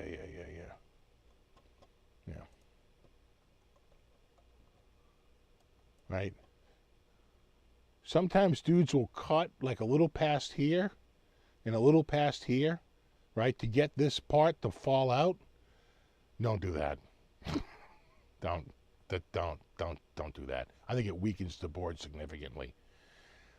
And then other dudes will, what you do is you really cut it with the circular saw until the top hits about right here. Then you cut it with the circular saw this way until you just get it to the corner, and then you use that, let me find it here. Then you got to buy one of these, and then you use a Japanese pull saw to pull, and you pull perfectly straight up and down onto each corner, and it just comes out perfect, like every friggin' time. You know, and that is the key, is having the right tool. And if you go on YouTube and you look up the dudes, like the pro dudes that are doing this, they all use a Japanese pull saw. The hacks will go past, right? You'll see all these big cross hatches past it. That's a hack job. Some dudes will use a jigsaw, but that's more likely you can go to either side, where that big flat pan saw like that, you know, that's not going to go side to side. It's going to stay perfectly straight through the groove.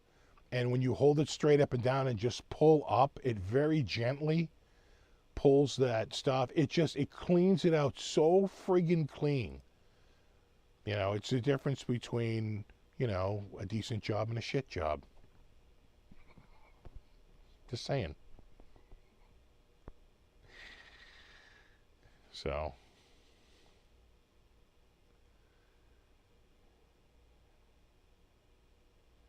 Yeah, you can gut a tuna with that saw. Exactly. Probably comes from the tuna gutting market. But if you look, you know, I'd say my corners are pretty damn square, right? Maybe a tiny bit past, like right there. But you know, I'd say that's pretty damn good. I was very happy with the way they came out. And you know how you know if you did a good job is that says, you know what, dude? Good on you, mate. You paid attention. You measured correctly. The slab below you is level. The pieces you cut are level. And when you put a level on it, it's level. Funny how things work out.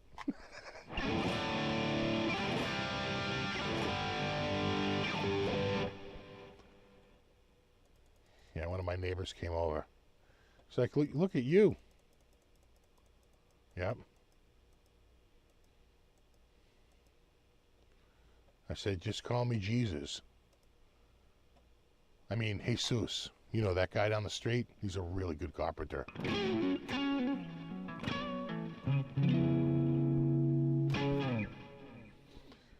So not bad, I'm getting there. If I replace enough boards in the house, it's like you got a whole new house. One friggin' board at a time. Exactly. I'm like Jeebus.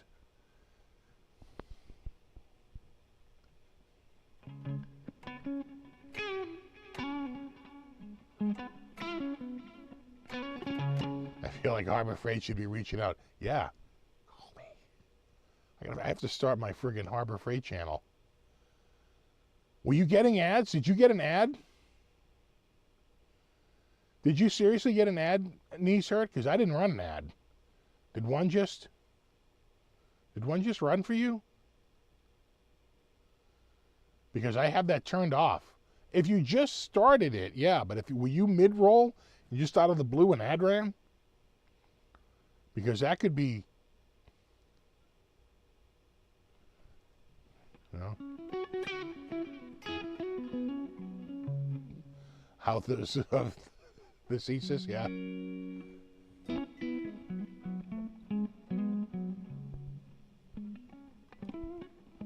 Well, you just got here, yeah. They'll foist one on you at the beginning. That I can't control. Here's what I found out: if I Yeah, did they try to sell you a Japanese fret saw? I would say buy it. Click the link. Would it kill you to click that link? Ugh. Yeah, I got an ad at the very beginning. Nothing to say. The other thing I found out is that on ones that I didn't monetize, they still ran ads. I just didn't get any money.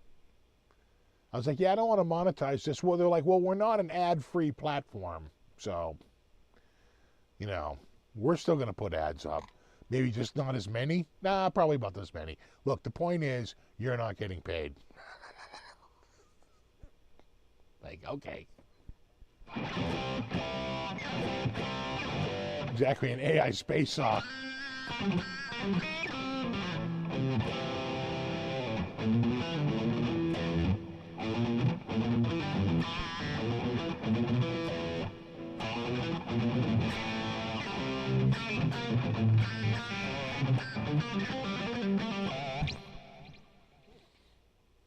Exactly, not monetized. Awesome. We keep all the money. That's pretty much the arrangement. It's not like they're like, okay, well, if you don't want to have a monetized video, we can appreciate that. They're like, yeah, there's a reason why every other social media site has revenue of about 7 or 8 billion, and YouTube is at 29 billion.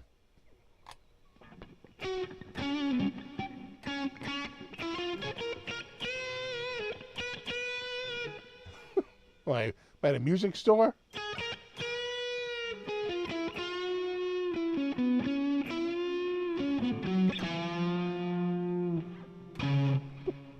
People are like, what's it like working in a music store? It's like this.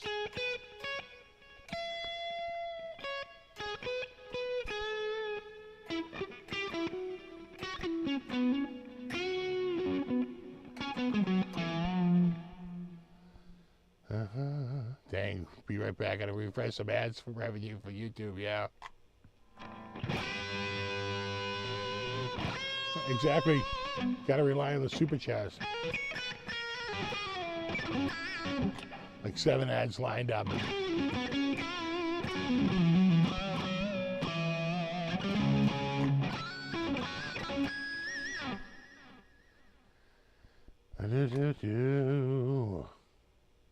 Some Twitch channels make you watch 2 minutes of ads every 20 minutes or so. Wow.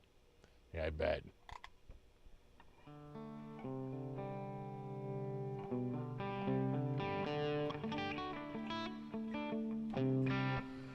My niece or city made a roasted poblano and potato chowder. That sounds wonderful.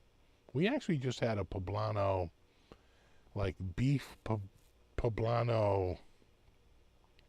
I forget what they call it, but it's basically like a shepherd's pie, but it's like a it's almost like a pie crust that goes over the top. It's like a I forget what they call that, but it's basically a savory gravy. You know, it's a meat and gravy and vegetables and, you know, it's beef and poblano peppers and all this stuff. And then they cover it in like a biscuit almost, but it's not a biscuit. But it's kind of like a bread. Almost, it's not breadcrumbs, but you know what I'm saying. It's covered in something. And then you bake it, and that top gets nice and crusty and crispy, and you've got the soft, you know, filling with that nice crispy top. It's pretty good. Just saying. It's pretty good. Yeah, it's kind of like a pot pie, but not quite, right? Because it doesn't have a crust on the bottom. It's just on the top. And it just sort of seals it all in, and it comes up, and you throw it in the oven, or the maybe the I want to say salamander, but you know what I'm saying, the broiler. It's not phyllo dough. That's very thin. It's more like a it's almost like a cornbread crust, right? Which would make sense, right? It feels like it has a Mexican angle to it with the poblanos. Right? So it's almost like a cornbread style that goes on top. But it's a little bit, cornbread almost feels like a little softer. This came up a little bit crispier, a little bit more like you could tap your spoon on it and get a little bit of like a graham cracker style, you know. It was good. I'm just saying. It was pretty good.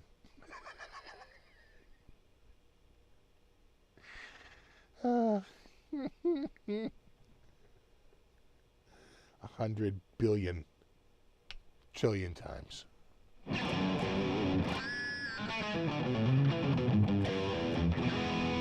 Have a good one, Justin.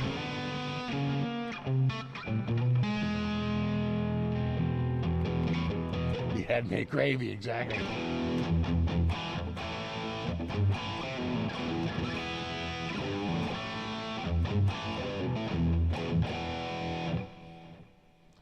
Ingve was well behaved. I thought Ingve was in a good mood. You know what I would say? Did you guys see the Billy Corgan interview?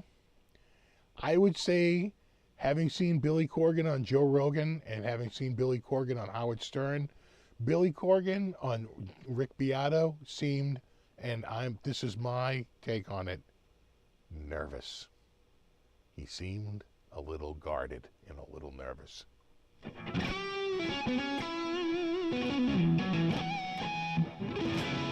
What's up, James?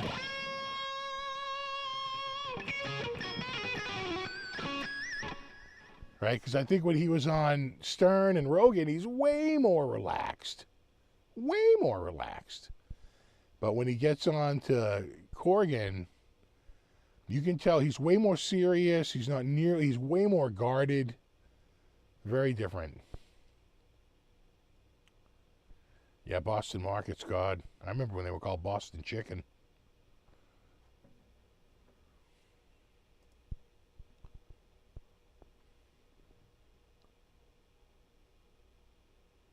Pretty good looking top. I'm just saying, I just think the red. I just want the red one. I'm just saying. I kind of like the red.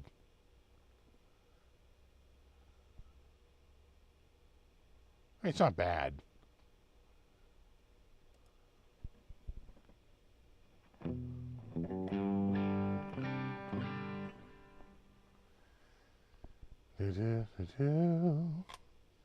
Where did we get the shepherd's pie? We made it, but it was a recipe that was provided by one of those meal deal things where you get a bunch of, it's like Home Chef or some crap. My wife does it all. I don't do any of that stuff. But it was good. And I would say that the meals were produced by them. So the first one was like, this is like the third plan. The first one was kind of overly complicated, and the meals were good, but they weren't great. It was just okay. The second one was cheaper, and the meals were more basic, but they kind of sucked. It was like, I can just go to the store and get this. This one seems to be better, easier to make, and again, not as expensive as the first one. And seems to be kind of a sweet spot. But the bottom line is, my wife just likes to go to all these services and sign up for like all the free crap that you can get like right up front, and then as soon as it becomes like real money, she cancels. What monitors am I using? I'm using just these headphones.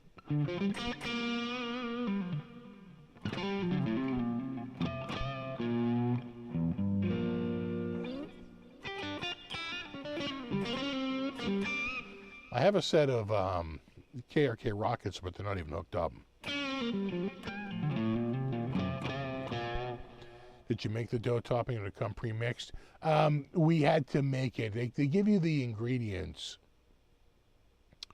but we had to make it. Which probably is what is the key to it tasting so fresh, right? Is that the less that's the more that's that you have to make fresh, and the less that's pre-made, the better.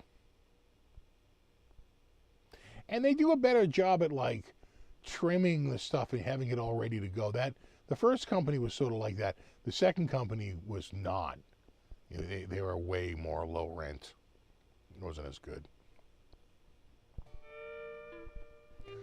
So the second company I wanted, the first one was like, was it Home Chef? The second one was like Dinnerly. And the third one, maybe the third one's Home Chef, I forget now. can't remember. Again, I don't do this stuff.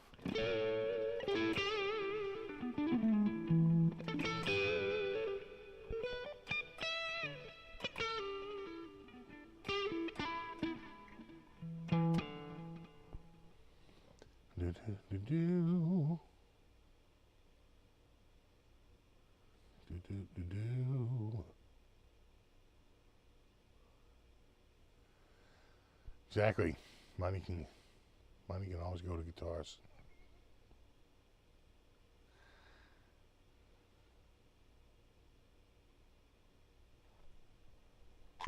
Yeah, I never turn the KRKs on. I play through headphones like 99% of the time. In fact, 99 and almost infinite nines.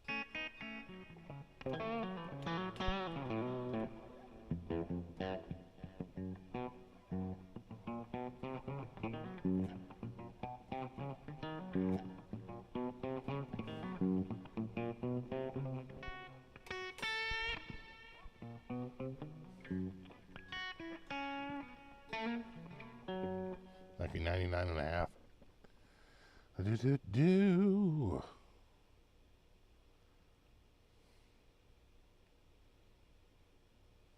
Ugh. So maybe they say it's going to dry out for a few days this week. Get a little bit more work done out there. I have a video coming out this week for sure. I just had to hold up. There was a slight issue with the guitar, but I spoke with them to just make sure they were cool with it, and they were. And they were like, "You good?" I said, "I'm good. Everybody's good, and we're good. It's all good." You know that Aero guitar. You guys been following that? I gotta say, I gotta hand it to Andy, the Guitar Geek, for making hay out of like nothing. They're like brilliant, just absolutely brilliant. Just like the perfect thumbnail, perfect everything. So, Aero Band, they make this like guitar that kind of looks like the old Syntax, and they reached out to me. They wanted me to do one, and I never replied because I just don't think I don't like that type of stuff, and I could just see myself being miserable. And but they were paying. They would have probably paid me $500 to do a video, but Henning took the money. They were going to pay him €800 to do a video, and he could not. He just did not like the product and could not. So he skipped on getting the money, and then they were gonna, help him. What could they do with the guitar? But it's not really a guitar. It's kind of a toy, and it's not very cheap either. So a bunch of people got them, including, I think, Andy, though Andy won't admit it's them, but it's them. And basically, they went to damage control, and they sent out a letter basically saying, like, we want to review the video first, and if you, hurt our company, we reserve the right to sue you, which is nonsense. It's never going to happen. But still, I got to hand it to Andy for taking that email and turning it into 100,000 views in 24 hours. That's pretty damn awesome. Yeah, Aeroband. No, they reached out. I got like 5 emails from them because I never replied. They kept reaching out, going, "Are you sure? We would love you to try one." And I'm like, I never even replied. I was like, nah, that's a hard pass. That happens to me a lot. A lot of people reach out, and it's nothing I'm interested in. So I was like, no. So, yeah, no, Andy was so brilliant. So brilliant.